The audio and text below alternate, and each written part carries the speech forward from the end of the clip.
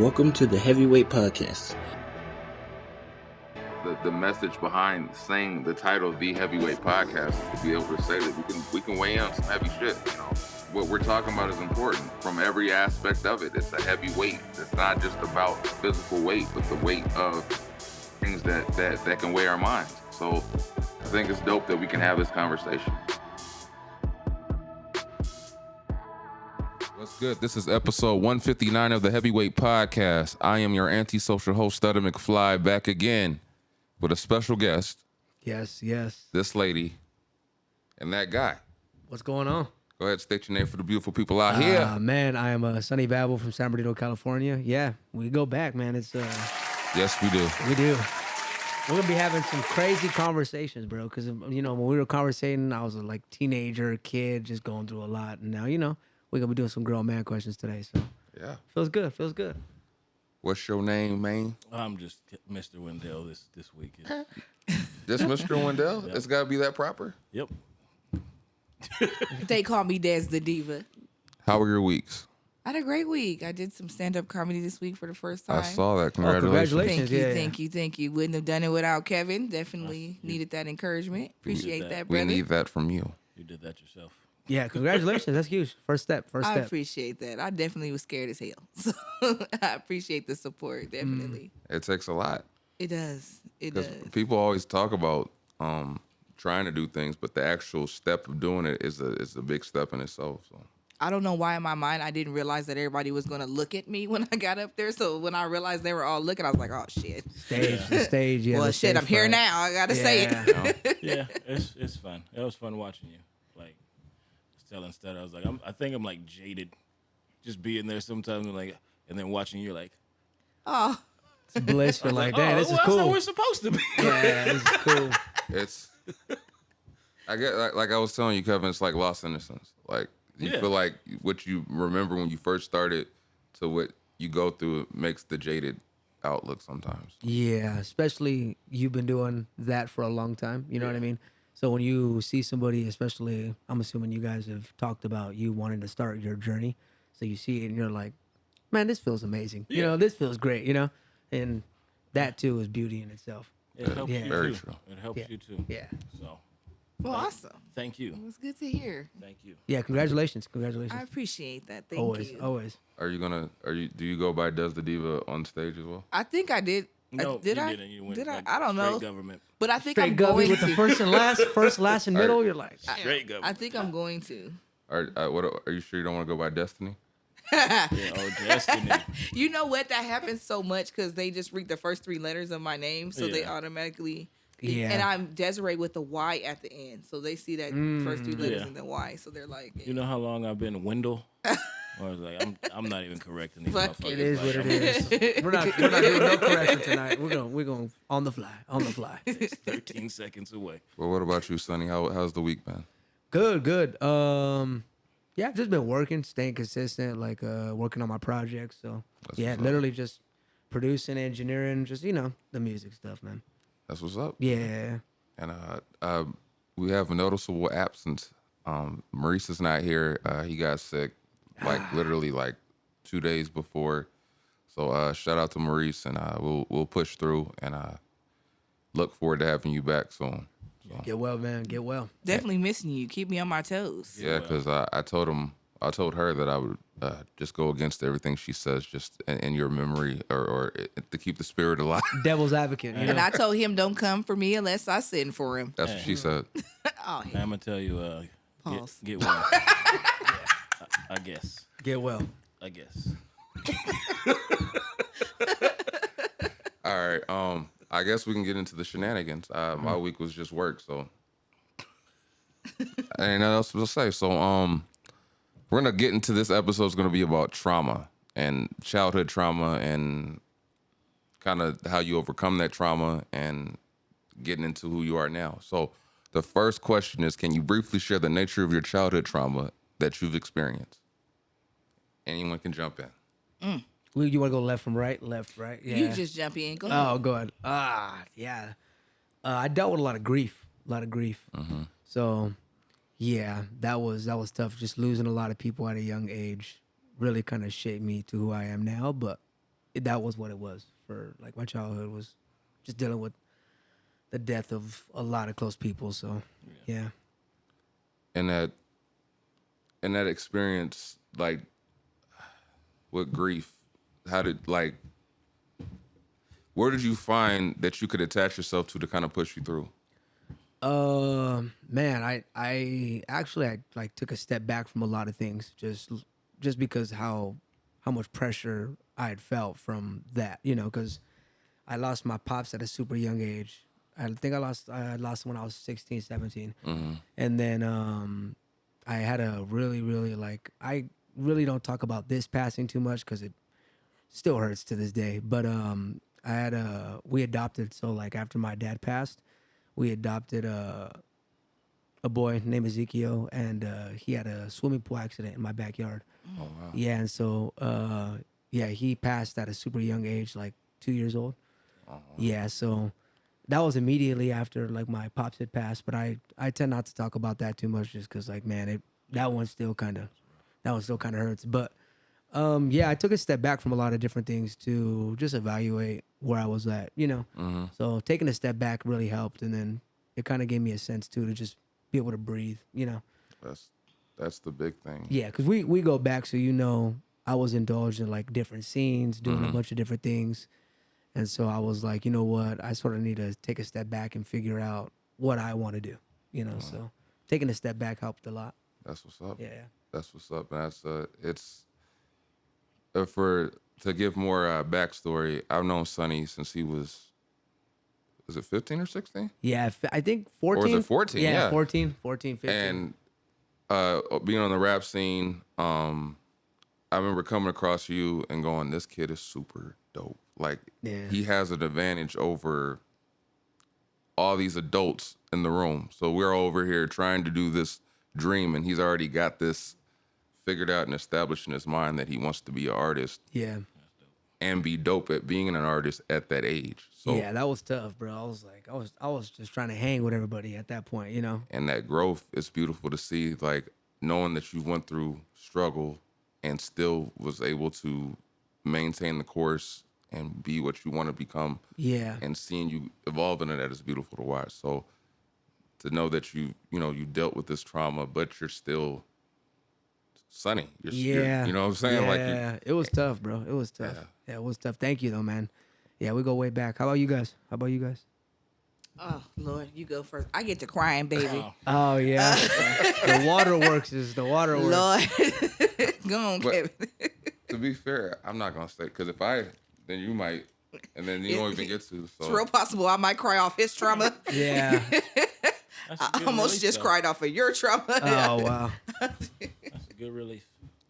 Well, I think mine is kind of well documented. Just growing up, seeing abuse, and as you said, like death throughout my life is just like ever since I was young, there's always somebody close just dying. Where you're like, damn, I shouldn't be used to that shit at fucking this age. But, Yeah. and like I just thought it was normal until you get to talking to people more outside of like your circle or whatever. And they're like, yeah. I'm like, damn, you still got them. That's all those people are still in your Yeah. lives. I'm like, damn. They're like, yeah, I haven't had anybody really. So it's like, I guess you don't really think about that when you're dealing with it or going through it. But yeah, those are the things that kind of fucked me up, I guess, a bit. That's the best way to put it. Man. But what was the other half? I'm sorry. okay, it's essentially just How did I? the childhood trauma and what you've experienced and how it shaped you to who you become. I think shaping me more came from the process of figuring out the trauma itself and where to put stuff, not to blame people, not to do all that stuff, and kind of like going through the healing process. So I think that helped me more in shaping me to who I am as opposed to having that be the shaping, if that makes sense. So I think I learned more out of trying to deal with the trauma than the trauma itself. So the journey. Yeah. Yeah. Since you still don't want to go, I mean, I go. you sure? Yes, trigger warning, ladies. I have had SA trauma, abandonment, and I guess you would call it a mother wound, where you have the issues, mother and daughter type of issues. And I wouldn't say necessarily that the trauma itself shaped me. I think it might have shaped who I was in my 20s before I realized that it was trauma. But now that I'm healing and continuing to go through the healing, because as we know, healing isn't linear. I think that I don't let it define me. So That's what's up. Beautiful. thank you. Yeah, it's beautiful. That was beautiful. I'm a piece of shit though. Because you were like linear, and I'm like, well, which way is it? I like, look to the right, crack a little bit of a smile. I'm like, oh damn. No, nigga, you're a comedian, so it comes to you naturally. We're all just sitting here depressed, and I crack over to the right. He's just like smiling. Yeah. I like that though. That's good energy. Good energy. That's good energy. That's the trauma. He's just looking. He's like, yeah. It is the comedian. So I get it. I embrace it. But with dealing with trauma, like in childhood, I had a lot of trauma based on my family dynamic and the fact that on my mom's side, there was essentially feeling like the black sheep of the family. They never really cared for my father. So they used to treat me a certain way. And being like 4 or 5, I dealt with my grandmother on my mom's side being a piece of shit to me and treating me like shit and laughing at me anytime I got whoopings and saying I deserved it. Sneaking and hiding food because when I was living with them, it was kind of like whatever my mom could do was what I was able to do. So it's like if she would bring me food and things like that, that's how I would eat. But as far as for her mother, she treated me like I was not her grandchild. So that was a childhood where even now when I talk to my mom, she can't deal with it. So if she'll try to apologize and she'll cry and she'll say I should have had to go through that. But it did help shape me into being stronger, and I never felt like growing up that I needed much people in my life. And as I got older, it was just me and my dad growing up. So when I lost him a couple years back, that became harder because it was one of those things where the one person that you trusted this entire time you're growing up in your youth isn't around anymore, and you kind of face the world by yourself. It changes your aspect and dynamic of what you look at the world to be. So the jaded feeling that I get from like being in the background of artistry for me, like writing and music and all that, it's literally a diary for me because it's not just me making up shit.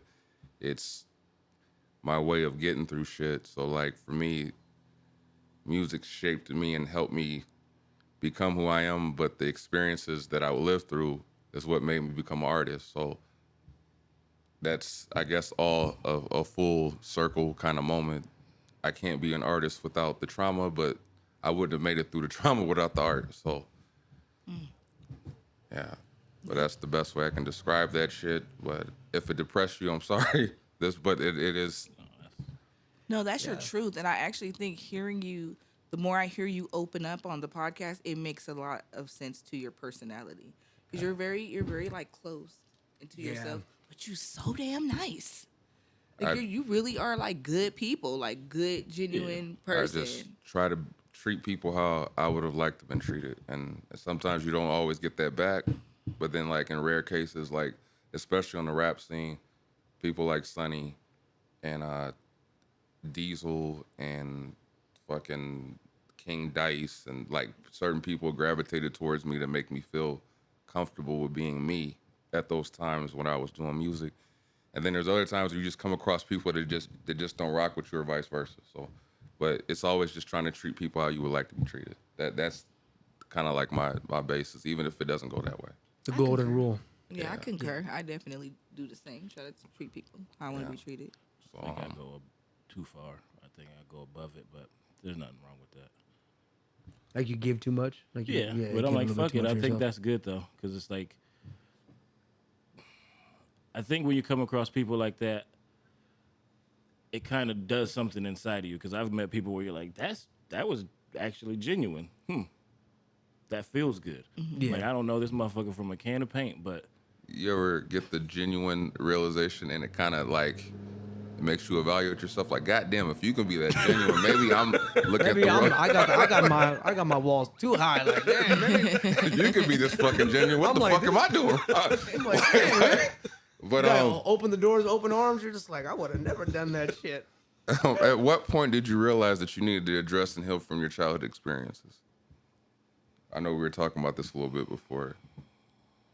I really just realized that recently, to be honest. Yeah, because you were talking about your healing, and I said I'm not even there yet. So. Yeah, I really just realized it recently, and in the strangest way, I started seeing how other people needed to heal. And then realized, like, hold on, heifer. You got a couple of these same damn issues, and you telling these people to heal, and you haven't even addressed the ones that are inside of you. everybody can give advice, but don't take it. Yeah. Yeah, It's no, hard. definitely. It's too hard to have it be a two-way street. Yeah. Yeah. You know, I think I realized more on deployment. I think that's where I figured it out because you got ain't nothing but time in the ocean. So I was just on deployment, just like, oh shit. Let me think about shit that fucked me up. Then I think I just found myself crying, and I was like, oh, ain't done that in like 15 years. That's weird. Why am I crying? And then kind of figure that shit out, and from there you kind of just go.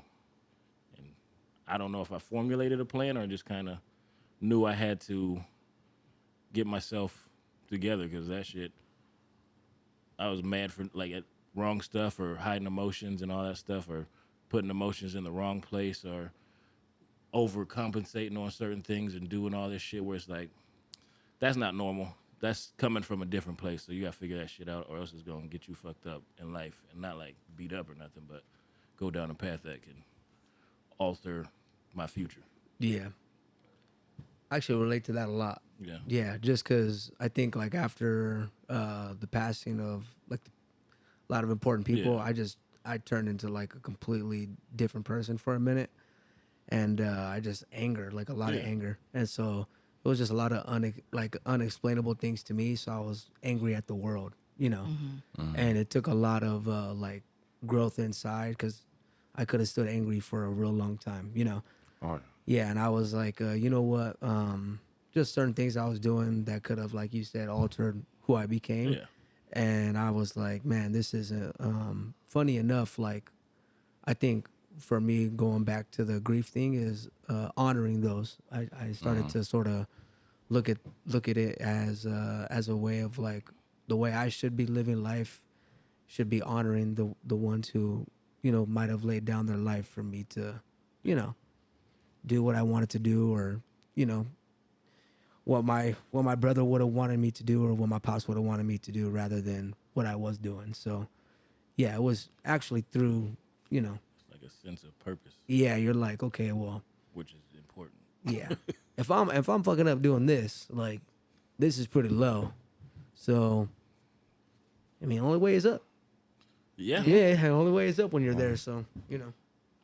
it just gave me chills because I'm looking at you and I'm like, this is wild. Like, because I said I've seen you at 14. Like, it's so to Yeah. see you like talking about that growth is a beautiful thing to like to experience, to watch, because it's like, for me, at that time, it was like you're a family to me. So it's like so to see the growth is like, yeah, man, like that's beautiful to watch, man. Thank you, brother.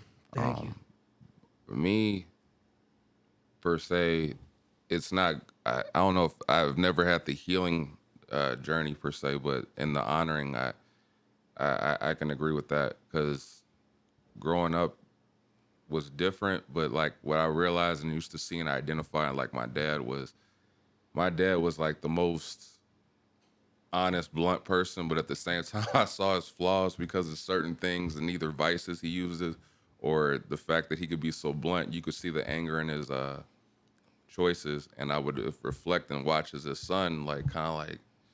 And I remember it was one time we were in a In-N-Out drive-thru, and he had ordered, but he was being really rude for some reason to the lady at the speaker, and I was only like maybe 6, and I said, Dad, like, why are you being mean to them? They're preparing your food. And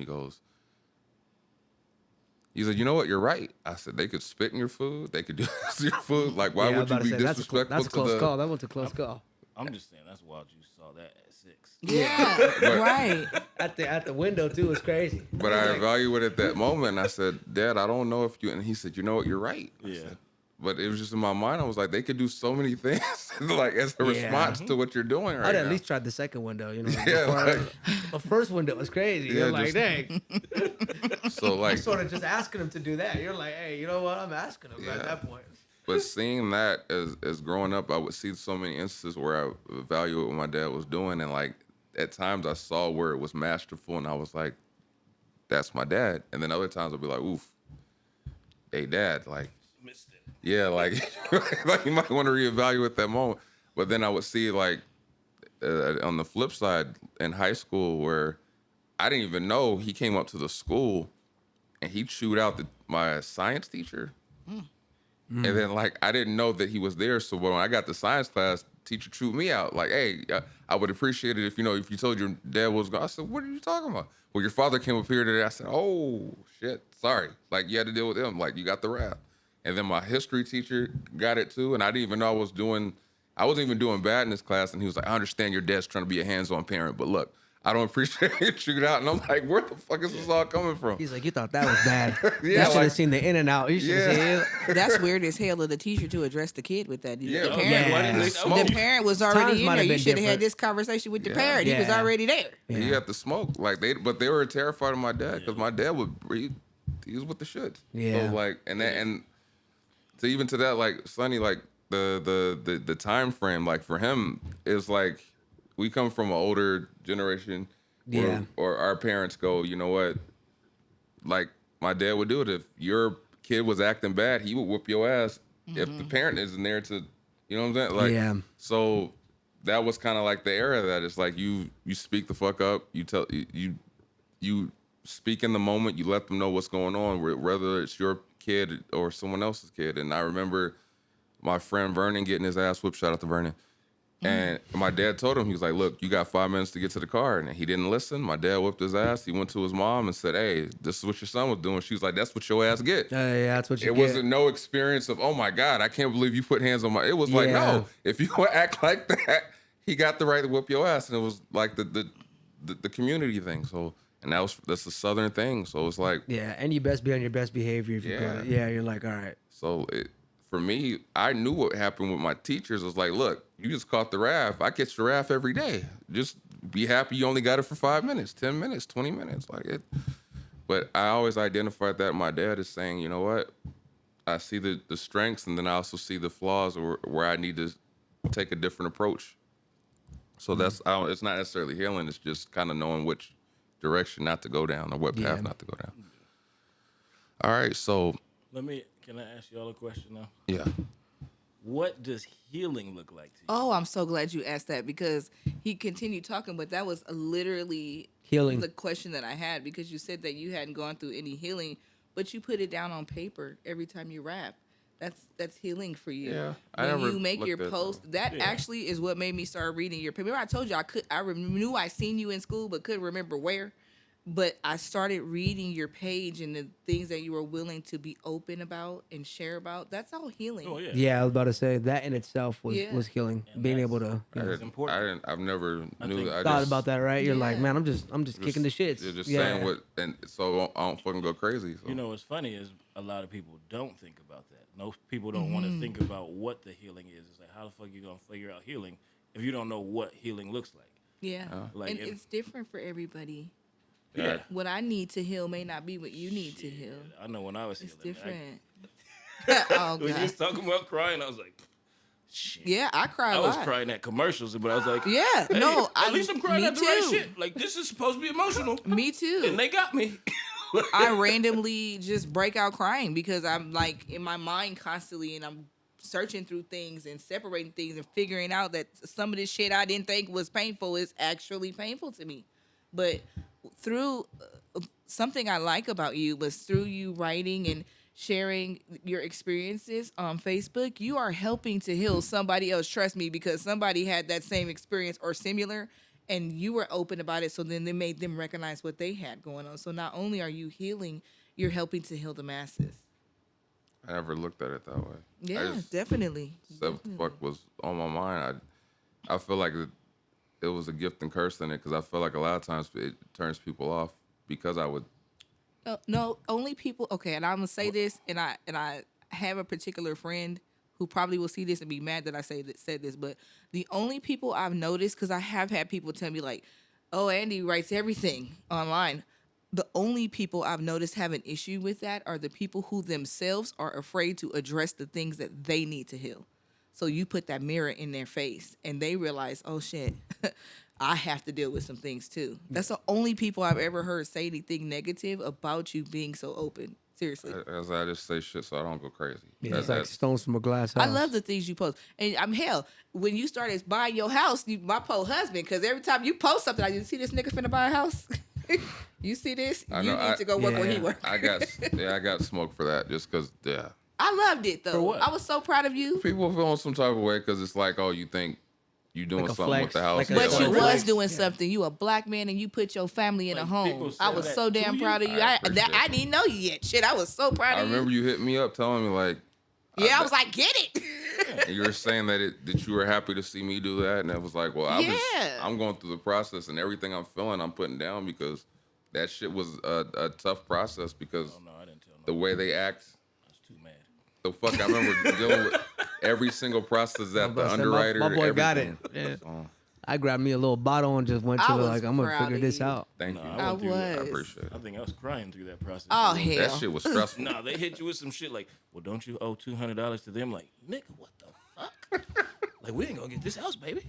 I remember feeling that. Everything just gets thrown. The right underwriter at the seat. boy. I remember that underwriter was giving me so much hell, and it didn't make any sense. Because it was something where at that time I went on vacation. There were days off because of holidays, so they were like they look at every single thing through your pay stubs or whatever, and then like they were like, oh well, it shows you actually don't have a full-time job or whatever, and I'm like, how the fuck? I said, that's what wild. about that year to date? Right. I was like, what does that year to date say? Look, I lost a loan from the company who built the house because they were like, well, you ain't worked there for 2 years. And I'm like, I've worked there for 12 or 23 months. Like, you can't give me the 1 month. Right.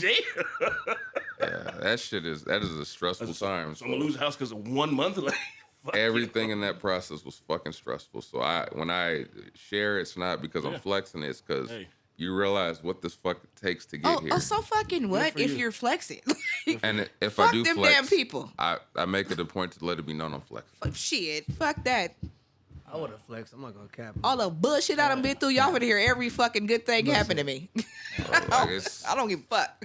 it is what it is. Like I said, I didn't look at it as healing, but I just speak what the fuck comes to mind. No, that was and nice. You're a good person because I wasn't to share none of that shit. I'll tell you. I was like, I'll tell you. yeah, I just know. I remember hitting you up about getting a house, and you telling me, "Hey, man, it's gonna be like this." You know, I said, "Okay," and then I was trying to prepare for that shit. But There ain't when you're no- in it, there ain't no like it's.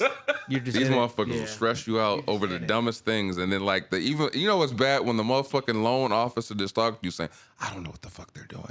I don't know why they're making it so difficult for you. I see it right here, but this underwriter's being a dick," and you're like, so. Yeah. So go buy a house. Yeah, Fucking ain't nothing wrong with figure you it out. flexing. For real, for real. The only people hating on a flex is people ain't got shit to flex about.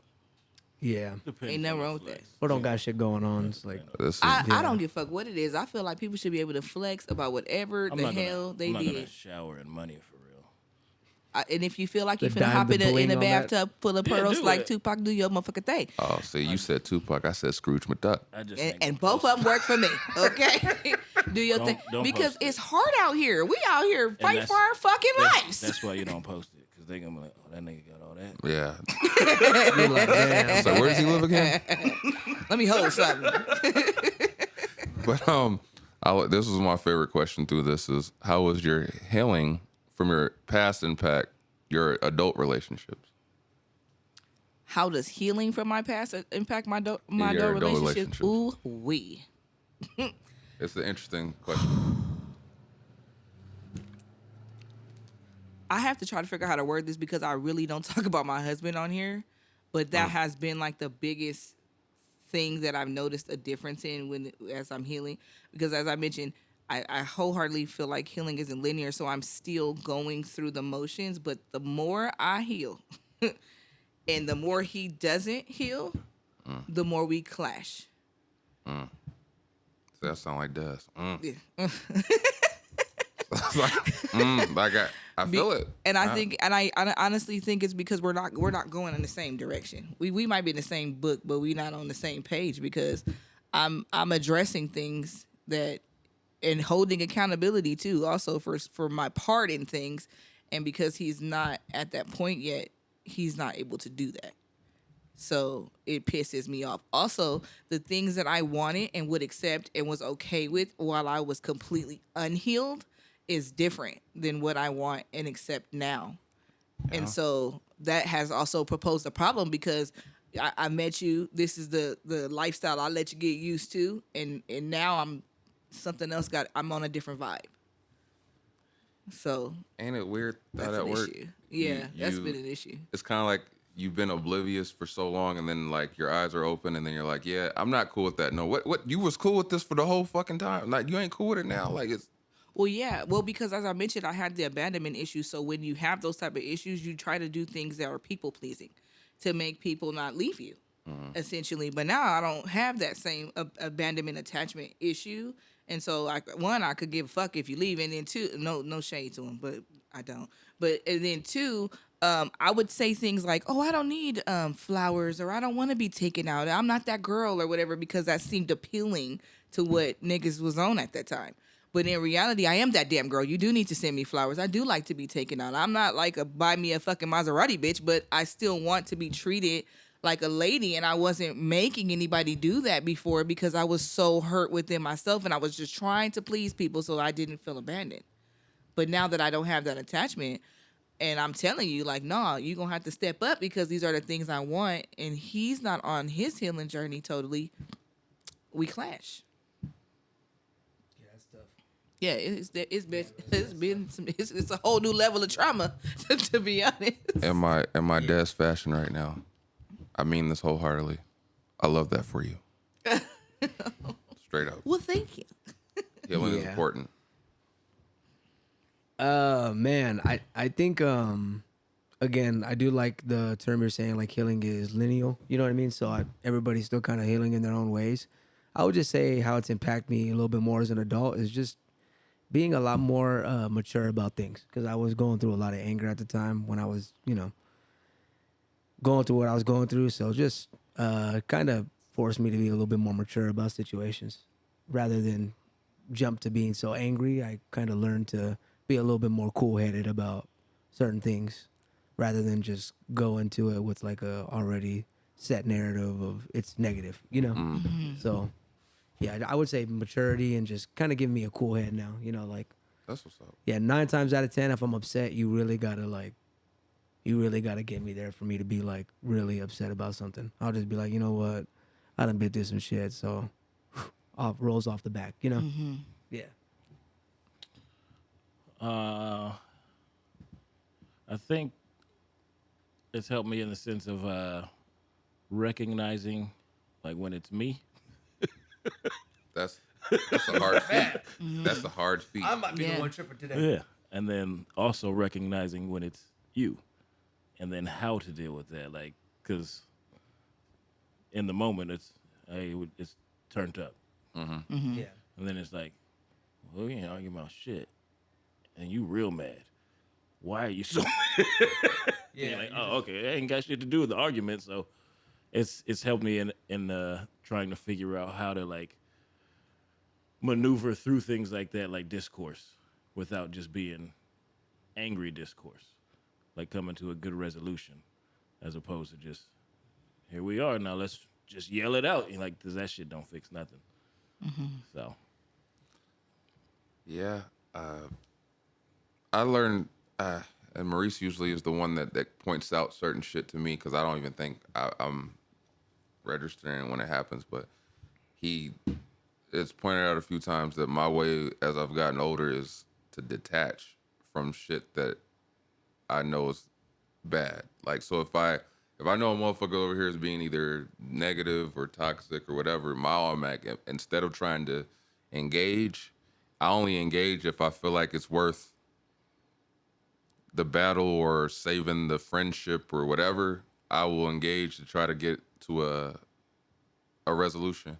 But for the most part, I've learned to detach and stay away from shit that doesn't serve me or or it's just gonna make me act out of character or whatever. So when I encounter people that are being a certain way, my automatic shit is just to detach. You'll be like, oh damn, like Andy just I cut it off like a fucking faucet. Like I have no issue with doing that. That's why I don't have that many friends or I have a very close circle because it's one of those things where if you go through enough shit, you're in it.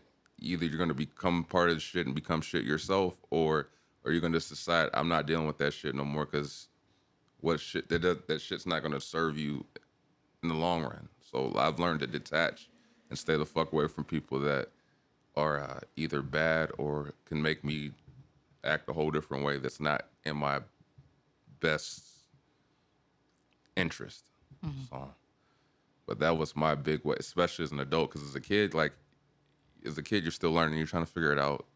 So you might engage shit that serves you no purpose. You might fucking go into those arguments. You might get into those fights. Yeah.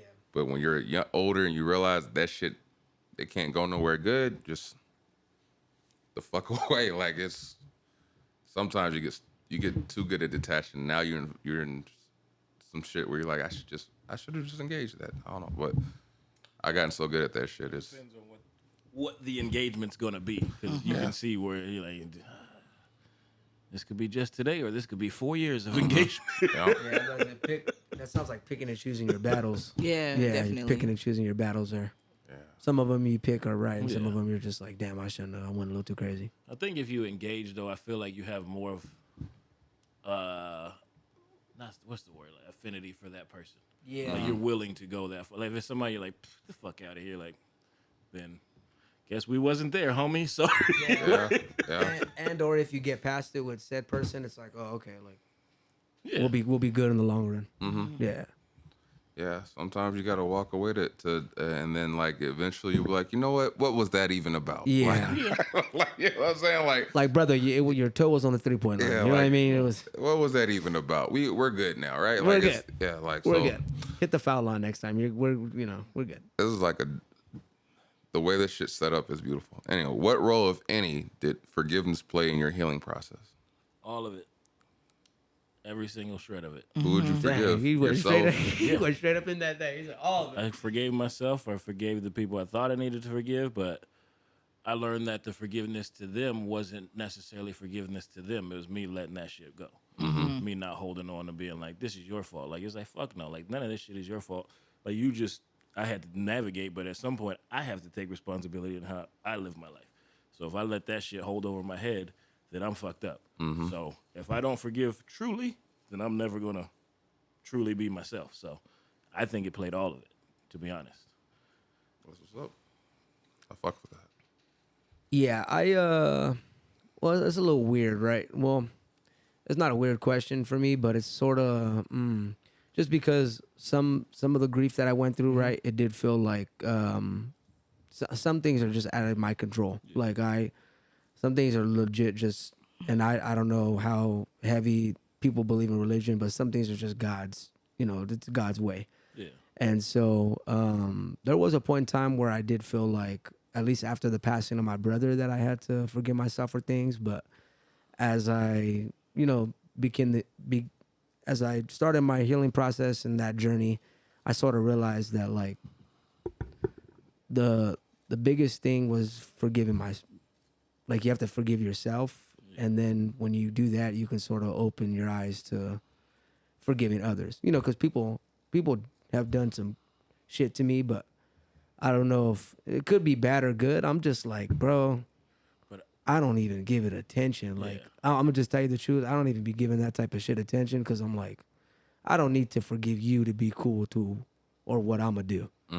Like I'm not gonna give nobody that power. So I learned that at a super young age. Like I don't need to forgive you for what you did. Like Yeah, it's for you. yeah, it's for me. So it kind of played a role, and then sort of didn't. I guess it would, in your sense, it would be like the forgiving yourself. You know, Yeah. that's perfect for me. Well, Like, I'm because like hearing what you're talking about, like, did you ever go through a point because you're talking about having a relationship with God? Did you ever be like, well, why? What the fuck is this? yeah, I think, like- yeah, I think, I think the dealing with the death of really close people actually Yeah. turned me closer to Oh, God. okay, that's Yeah, good.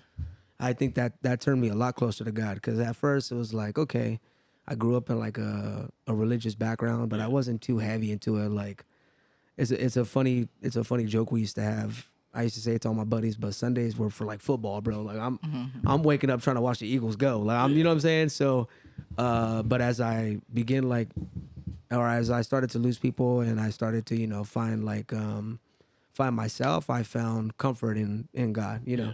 And I think one of my homies put it best to me is like, God could be anybody to whoever. It could be sometimes you're your own, Yeah. you're your own God. So it's just finding comfort in that. And then the forgiving thing is like, yeah, I forgave certain people, but it always was you. It's always you. It's never, if I forgive this person, it's going to make me feel better. At the end of the day, it's just like, nah, you need to forgive you for you to feel better, But it took a lot of healing and growing to realize that. Yeah. I'm still working on forgiveness. We still in the forgiveness boat. I'm still working on that. Okay. Cheers to that. You know what? It takes a lot of growth to say that.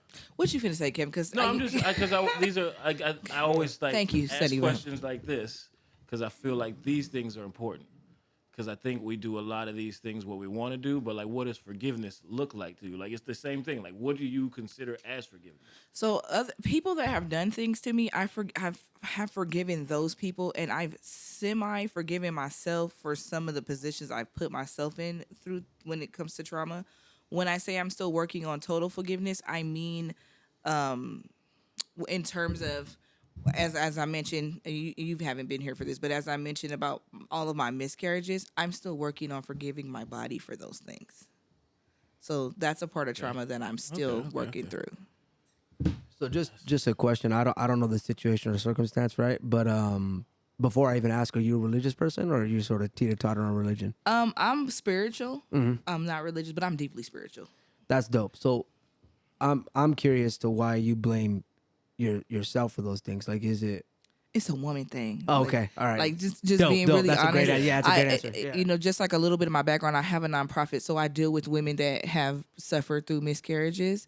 And just in speaking to women, it literally is just a thing that we kind of all go through while Yeah. we're trying to figure out what's happening. Okay, that makes a lot of sense. I was just curious. I really was Yeah. like, I was like, dang, okay. But I appreciate you being curious about that. Thank you. Yeah, because it was like, oh, okay. I peep questions and then answers. I appreciate that. Yeah. A lot of people just say, I don't know, and just move past it. Yeah. So I definitely appreciate that. Always. Well, for forgiveness, I don't. Growing up, it was forgiving. My dad was the hardest one for me when I linked back because when we used to fall out a lot before he passed, and I remember one of the last times that we got good again. I remember he was like, "You know what? I had to forgive you for this," and I said, "The fuck." But then, like, I thought about it, and I said to reserve the relationship. I was like, you know what? If that's what he has to, fuck it. Like, I'll just ride with the. Let's roll with the punches. Yeah, but at the time, it was like when he said it, I had to catch myself. What the fuck he means? He had to forgive me for some shit he did. Like, but then I was like, you know what? To reserve this relationship because I wanted to be on good terms. I accepted those terms, and just said that it was a bigger thing at play here, and just wanted a good relationship with my dad. So thankfully I got that before he passed. I tell you right now, bro, that is huge. That's huge in itself to have because I know people very close to me that were not cool with people before they passed, and that eats at you. The fact that you realize that and you kind of in that moment where like, let me reserve this. Like we don't know exactly what the plan is or what's gonna happen. So that's really good tuition to be like, hey, you know what? I'm gonna reserve this because I know people who are really close to me who were not cool people passing, and that haunts you more than like a lot. That will put a burden on you that So good thing, man. You know what I'm saying? Yeah. Good I thing. appreciate you. Man, Definitely appreciate you. dope. So When it's in your control, though. Yeah. Because there's some shit where you're like, it's not in my control. I just know So that taking that good. the one thing I'll say, and I'll sound completely opposite of how I am. My grandmother, I will never be cool with her. I just how I am. Everyone else, I'll open the door of getting to a good path with her. She can down the hill by herself because I'm not gonna ever be cool with her. God damn. Good. Oh. So, Damn, I love my forgiveness- grandmama. I love you so much, grandma. I know you watching this right now, grandma. I love you with all my You heart, know. grandma. I You know was what I'm not talking about? expecting that. Like I said, this goes off topic of my Hey, energy no. lives, but That everybody has their own. I you know feel what where you mean? come from. I just said that's just the one person that I can't forgive just because I'm a kid and you did what you did when I was. And it made no sense. I should be able to confide in you. That's what I was saying with what you talking about with your whole. I'm like, I just don't. I've never understood how people take it out on the kids. Right. I'm like, it ain't their fault. No. That shit ain't right. And every time she's seen me when I was an adult, she try to act like we're all good. And like you said, Sonny, that's for you. That ain't got shit to do with me. Yeah. You want forgiveness for you. Yeah. I'll let you die with that guilt if you facts. actually have that guilt. That is but facts. I'm not the one. So like I said, that's off brand for me, but fuck it. That's one person that can down the hill knowing that this grandson will never be cool with you. So Funny, that's interesting. I'm with the Not smoke that sometimes. part, just the For when Granny, you're talking I about see. it makes me think of just forgiveness, like with that where I feel like that's forgiveness in a different sense because it's like if you do it properly, even if that motherfucker still hates you or mad at you, you're like, I understand, cool. Just not this way. Yeah. I just know we will never be on a good. Nah. Damn. So, what are some of the most valuable lessons or insights you've gained from overcoming your trauma? I think to give myself grace. I think that's been like the biggest thing. And to not put myself on time frames. Because- Yeah, that's true. Everyone gets things at their time. Like it's not just well, you have to have it by this time. Shit, some things take longer. Some things are you kind of quickly get to a conclusion to. So yeah, I'm just learning this now. word. Yeah. I'm in this point now. I'm like, well, fuck these fools if they don't want to fuck with me. I feel like I'm not a bad person. I'm pretty goddamn dope. And if you don't fuck with me, there's something wrong with you. So I finally got the confidence in myself to feel like that. So it's like, yeah, it took a lot of shit to get to this. So the fuck out of here if you ain't really, that shit ain't real. Damn like, it, that's Kevin. how I feel.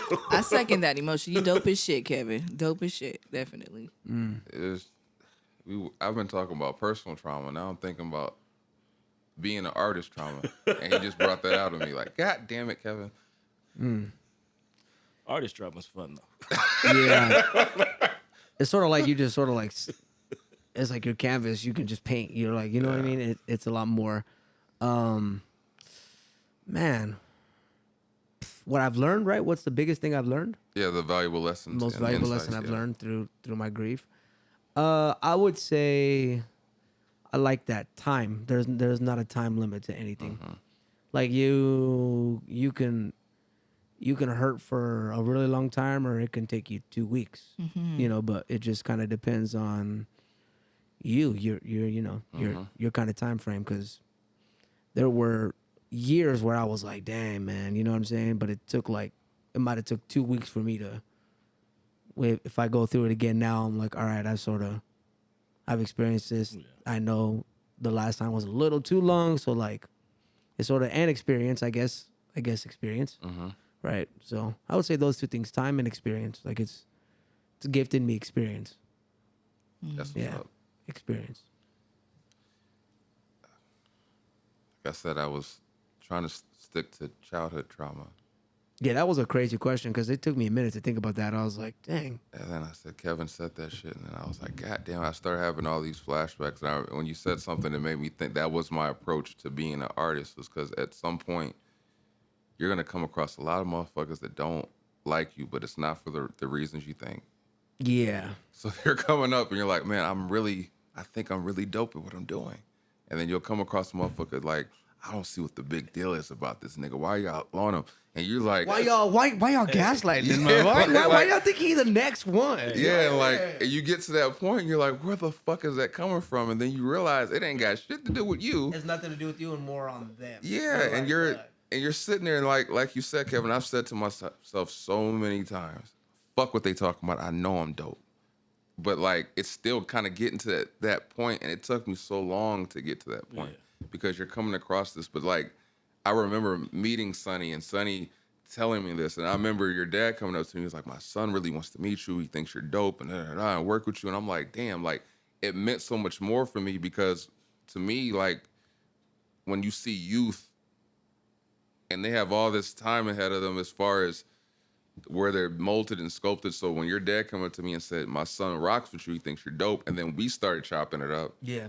And I was like, this kid has really got something. Like it was those things and those relationships that made me go, maybe I am dope. And where all these other negative influences have shit to do with what I'm doing. And those negative influences come from an insecurity from themselves. But it took me years to come to that conclusion. Yeah. Like, so it's like when you said it, that trauma came up because like you said earlier, the jadedness from being an artist, like when we come up and we have this love and we naturally come in, you have this love and genuine, like, I think it's dope that, there's a scene, there's fucking artists doing everything is different. Everyone has their own sound. Everyone's doing everything that's passionate for them. So you come across somebody and be like, that's way different than what I'm doing.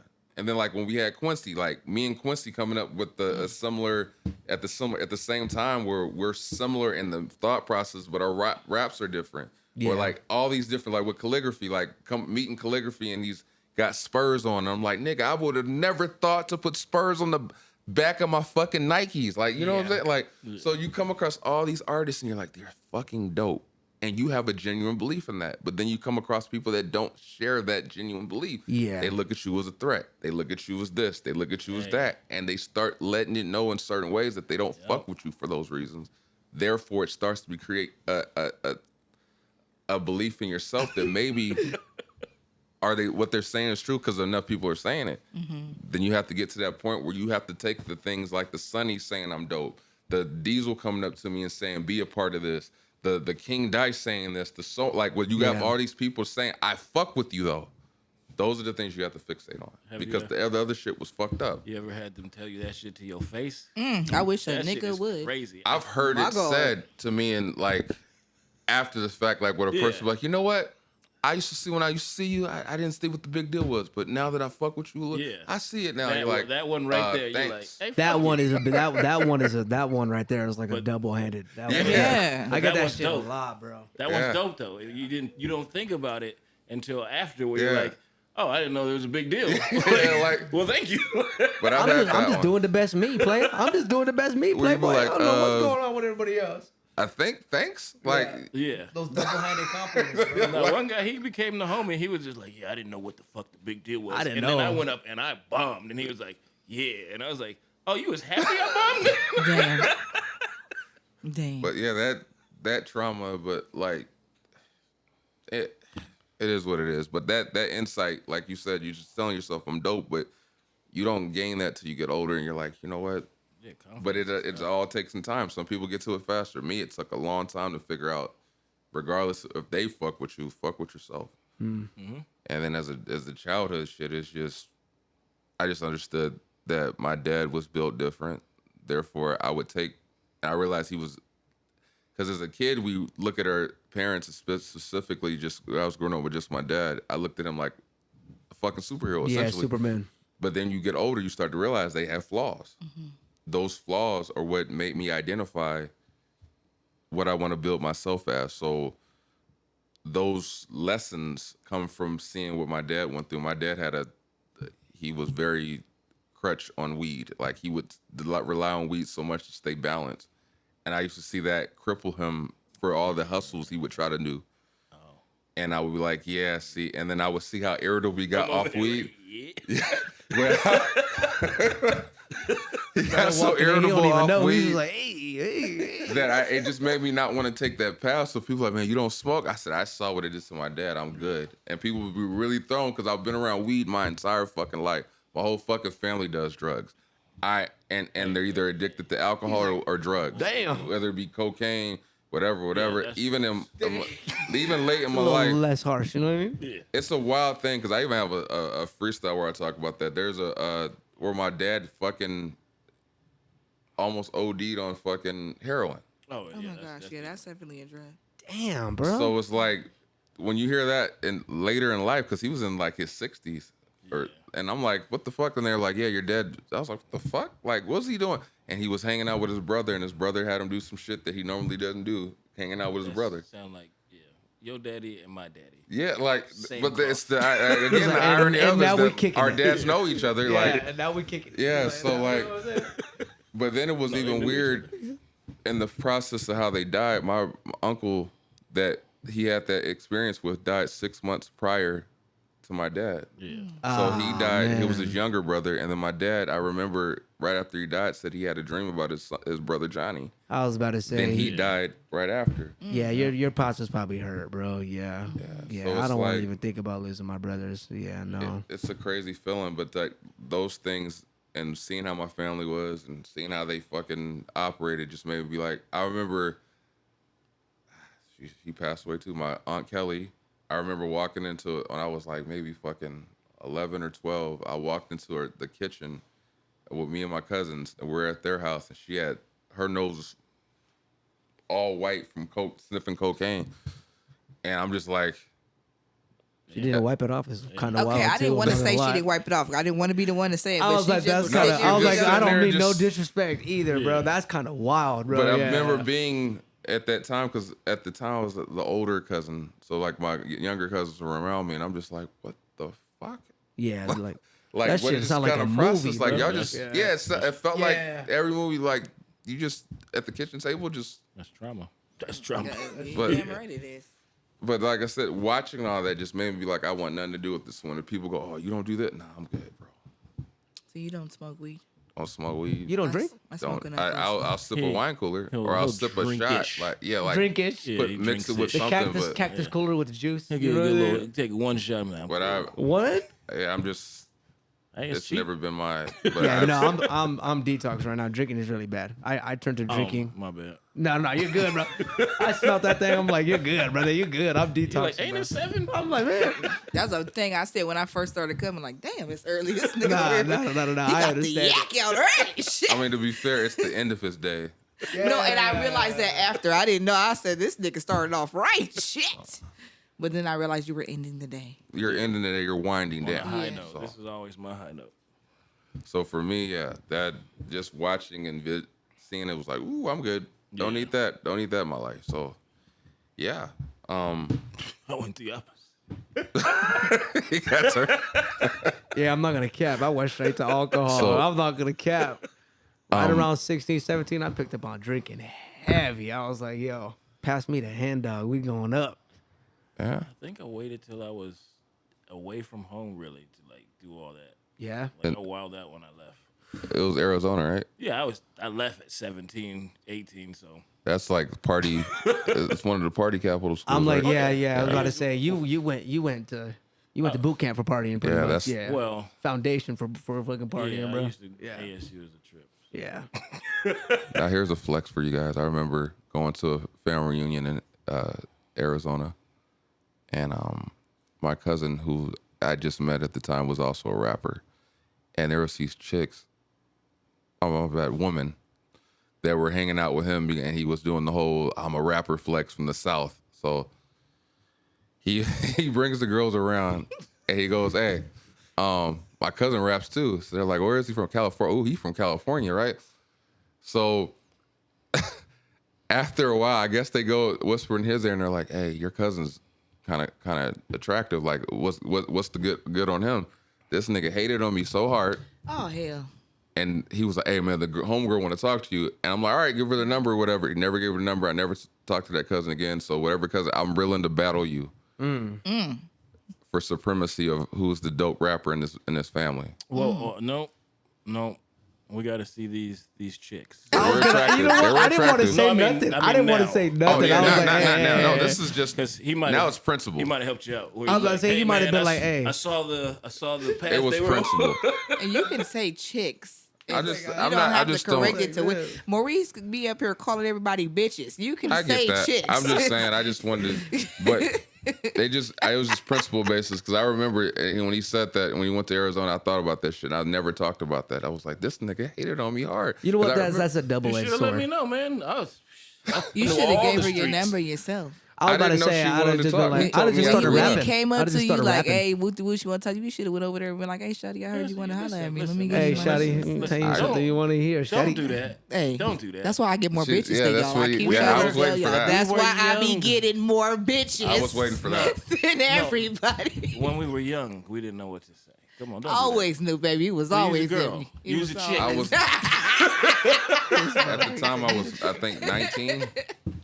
Oh yeah, you was like, grown. You was supposed to have your swag up. it was just I just know that he hated on me hard because he was like, hey man, the homegirl want to talk to you. And I remember seeing her, but then like he hit me up after the fact after he came back to California. I was like, oh yeah, just give him. Never happened. So Hey, no, you. yeah, It's cold. but I could tell it was like, oh, that nigga think he's doing something in California. Anyway, I'm stuck on it. Let me get a press. Let me breathe for a second. I'll battle you, nigga. Okay. How do you maintain your mental health, continuing your healing on an ongoing basis? Oh my God. Feel like Hunter. Me and God have regular conversations. That's like we damn near friends. And is it just through writing or do you just talk? I talk to God a lot. As I mentioned, I was spiritual, so I speak to my ancestors. Me and my grandpa talk a lot. I write a whole lot. That's what's up. Journal. I meditate. I still have to come to you about meditating, but when you meditate, does it have to be certain criteria as far as like the room has to be lit a certain way? No, and I hate that people put that out there that way. It's different for everybody. You can meditate while you're driving. You- That sounds great. You literally can That though. sounds crazy, but Is You it literally just can. You going inside yourself. That's all you doing. is it just thinking in silence and fixating or something, or completely going No. blank? you could. Sorry, I don't mean. Go by all means. I'm- Go ahead. What was I'm you gonna just- say? I'm Because just I'm trying to kind of learn. interested in what you gonna say. Because I used to meditate like way back when I could have a lot more quiet time, but I would turn on specific songs and like just kind of float through that. But I wasn't like dancing or nothing. I was just kind of going into that and then going inward with the music. Yeah, absolutely. It's about going inward, and it really just depends on what type of vibe I'm trying to catch. To be honest with you, but I have meditated to trap music. How about that? It really just depends on what type of vibe I'm trying to catch and what frequency I'm trying to put myself on. That's what's up. So It's a mental exercise. It really You're trying is. to focus You your know- mind. As long What as you you're able guys to tap just into yourself, described- you good. it was what I feel when I listen to Nipsey Hussle's "Real Big." What's that? The song "Real Big," Nipsey Hussle, Yeah. where it's like, I don't know, the way it sounds, like the fact that they're like there's a giant, the way Yeah, they you make feel it like sound you're where in it's a a- crowd, like it's an arena. Yeah. Hollywood Bowl. it feels Yeah, like, and when I hear that, I zone out, and I think about that experience of like That's being in that. it's meditating. Yeah, like, so it's like it makes you fixate on that thought, like, oh man, a giant crowd around you cheering, and you're just kind of like embracing the sound. Yeah. I'm willing to bet a lot of rappers that are rapping to a crowd that large are actually meditating themselves, because you got to go within to be able to push out what you're about to give to your fans. So I'm willing to bet that they're even themselves meditating to a degree. So it's questions for you. Oh, fire. I'm just thinking because No, that's fire though. because we've been on crowd stages before. Mm-hmm. When you're in a big crowd, what do you fixate on? Like, do you fixate on the faces? Are you fixated on the lights? Are you fixated on just the flow? I think I'm fixated on the experience, like the experience that I'm trying to give out, and then the experience that I'm currently in. So And like, how much adrenaline hits you? Like, oh, immediately. It hits me immediately. But as of recently, like I've been on a whole different kind of vibe. Like I used to take shows any weekend. I'd be, let me take some shows. But I've sort of stepped back and I wanna give people like an experience rather Yeah. than just, hey, I'm gonna come perform here. I want all, because you can throw a show, you get the 50, 60 people, your homies pull up. It's a great time, right? But funny enough, I've been meditating experience. So like, if I do a show, how are you gonna leave with an experience that is unlike anything you've ever seen? right. And that comes down to lighting, sound, stage, performance. But I fixate on all of those things now. So like, I'll close my eyes every day at the gym. No bullshit. I'll close my eyes every day at the gym, and I can picture myself performing in front of thousands of people. Ooh. And I can see that, and I see that. First, you got to be able to dream it, right? You got to be able to Yes. dream it. You say it, you write it down, you write down your goals, and then, boom, it's about execution. Right. So I fixate a lot now. When I was a kid growing up, it was more about like, oh, just hey, we lit. Yeah. But as I've become a little bit more of an adult, I realized that an experience is something that people live with forever, and then that in return is like investment into your career. So you can, if I feel like meditating is probably the most powerful thing artists, athletes can do, because if you can put yourself in position to see what's going on before it happens, 9 times out of 10, it's gonna happen for you. Absolutely. I cannot Yeah. wait to see you in that big crowd. Oh yeah, it's I'm gonna. gonna be right there in the front row. I know, 'cause I'm- you have it there. It's coming. Yeah. And this is Thank you. with that, like that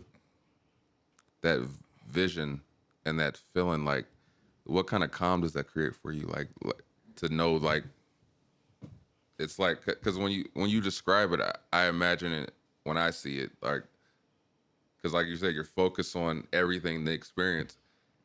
I always notice when I would go to perform, I would be so amped, So like, and like, oh, all right, let's go. And then Yeah. like when I get up there, you're kind of like, yeah, and then you start going like, it's about to end. Fuck. yeah. Let me embrace this before it ends. Like, and it's good.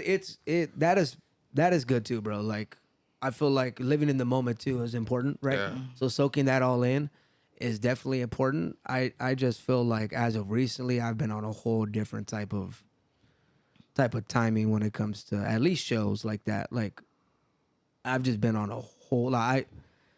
I think that there's no reason why, if you throw a show, right, there's no reason why your show shouldn't be like something that fulfills your heart that you've thought about your whole life. Like, and I get it, like, because we've done a lot of shows. I actually take the method of not doing it as many shows anymore, because it makes your character look like, a little bit more like exclusive. yeah, Sometimes that plays into kind of everything as well. So yeah. you just have to, when you're up there, it is good to soak in the moment, but I just think you have to see it before. You have to just close your eyes, and I take time every day to do it, and I do that for all my goals and all my dreams. That's Me what's up. too. Yeah, Me yeah. too. For example, for our podcast, I keep picturing us walking down the red carpet at the BET experience. I Hell just know yeah. they're going to invite us. Yeah. and I feel it. So Because nobody can tell you any different. Like, that's, Y'all niggas is gonna be walking. I'm gonna go straight to my seat. I literally picture us all together there walking the red carpet, people talking to us, we're giving interviews. Yeah. I really think that we will become that big one day. So when I meditate about our podcast prior to coming, that's where I put my mind. in like a flow state. You put Exactly. yourself in that state. Exactly. Yeah, and yeah. I can literally I've been meditating so dang long. I could literally feel it, and I know what it feels like, what it smells like, what the air is like, what Yeah. the adrenaline feels like. So I can it's like a literally mental feel it. vision board. Yeah, exactly. It's very real, bro. Exactly. Manifesting your dreams are very And real. to put it biblically, when people say that life and death is in the power of the tongue, they don't necessarily mean, like, in my interpretation, life like living and death like dying, but it's like the life you speak into yourself. Yeah. Can I put it scientifically? Please do. Because Albert Einstein said it. He said imagination is more important than education or knowledge. Facts, And it's bro. the fact. It's a fucking That's fact. a fact. It's a fact. If you can't dream it, you can't achieve it. I'm Yeah. like, Yeah. That's what he's saying. Yeah. Yeah, literally. And on that note, we will end episode 159 of the Heavyweight Podcast. Again, I am Studden McFly one more time, your antisocial host, back with our special guest, this lady, Yes. and that guy. And What's going shout on? out to Maurice. Shout out Maurice. Shout out Maurice. I didn't get to meet you, bro, but soon we'll make it happen. He's Yes. like the coolest, get on my nervous ass spin Yeah, I ever he's met him. like, But man. he He gets on wants my smoke. damn nerve. Boy, I love him Man. though. He wants smoked oxtails. That's what he wants. Who Yeah. making oxtails? For sure. But You gonna make an oxtail? Am I? Today? I mean, are you smoking a tail? No. Oh. That's what Maurice always wants. he I wants want that. some too. Maurice, if you at the house smoking oxtails, call me. He's not. He's Man. going to be like, oh, I just ran out. So you guys want to state your name one more Oh, time? Mr. Wendell, fictitious campaign manager. Man, Sonny Babel, recording artist, engineer, producer. You can find me on all platforms on Instagram, Life is Sunny, but all DSP Sonny Babel. Yeah. And they call me Des the Diva, and it is the same comedian. they that was calling Hunter. She's a comedian now. All right. Like, subscribe, share, comment. Till next time, we love you. Peace. Peace. It's a wrap. That's all she wrote, folks. Thanks for tuning in once again. You can check us out on all streaming platforms. Click like, subscribe, leave some comments. You know what I'm saying? Is it Monday yet? Hello. Every Monday, you got new episodes, so tune in. Have a blessed one.